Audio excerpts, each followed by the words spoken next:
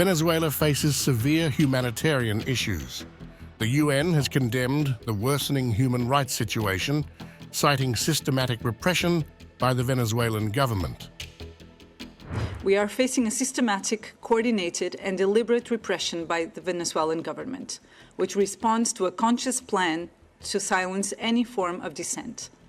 As part of this plan, the government has instrumentalized the entire state apparatus, including especially the justice system, with a view to silencing any type of difference of opinion that opposes its scheme and to staying in power at any price. The latest UN report, commissioned by the Human Rights Council, details extensive rights violations, describing the repression as reaching unprecedented levels. Of the people detained in this period, many were subjected to torture and other cruel, inhuman or degrading treatment, as well as sexual violence, which was perpetrated against women and girls, but also against men. We reported electric shocks, beating with blunt objects, suffocation with plastic bags, immersion in cold water, and forced sleep deprivation, among others. And we also reported touching of breasts, buttocks and genitals, forced nudity, and invasive searches. Tensions in Venezuela have escalated following the July presidential election, where Nicolás Maduro claimed victory for a third consecutive term. According to results declared by the government-controlled National Electoral Council, CNE. This result, deemed fraudulent by both opposition groups and independent observers, has sparked widespread protests and confrontations with security forces loyal to Maduro. The election has been widely condemned as undemocratic, with allegations of fraud. The US has been at the forefront of criticism against Maduro. The arbitrary and politically motivated action demonstrates the extraordinary lengths to which Nicolás Maduro will go to try and maintain power following his attempt to steal the July 28th presidential election. The ensuing unrest has led to hundreds of arrests as protesters express dissatisfaction with what they see as a continuation of authoritarian rule by Maduro, following in the footsteps of his predecessor, Hugo Chavez. For over 25 years, the PSUV party has consolidated power, dominating key institutions such as the CNE, the Supreme Court, and much of the judiciary, effectively eroding Venezuela's system of checks and balances. Maduro's presidency began in 2013, instead of 2011, coinciding with a global oil price collapse. The resulting economic crisis led to a 7-year recession, rampant inflation, and severe shortages of basic goods. Protests in 2014 and 2017 were met with harsh government crackdowns.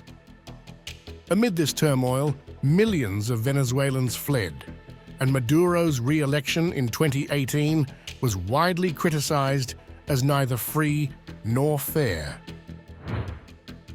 In early 2019, the opposition, led by Juan Guaidó, declared himself interim president, backed by the National Assembly and over 50 countries.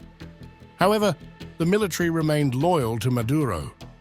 With support from China and Russia, he maintained control. The opposition's efforts faltered, and Guaidó's interim government was dissolved in December 2022 due to ineffectiveness.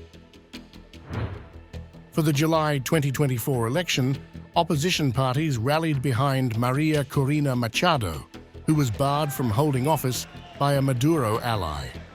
Her endorsement of ex-diplomat Edmundo González as the unity candidate garnered significant support. Opinion polls showed González leading, but widespread concerns about election fraud led to a large deployment of opposition observers. Despite these efforts, the CNE declared Maduro the winner. Independent reviews of voting data suggest González won by a large margin, but the CNE's result remains contested. The European Union, the United States, and several Latin American countries have rejected the election results, demanding the release of detailed polling data. The Colombian House of Representatives recently urged President Gustavo Petro to recognize González as Venezuela's president-elect.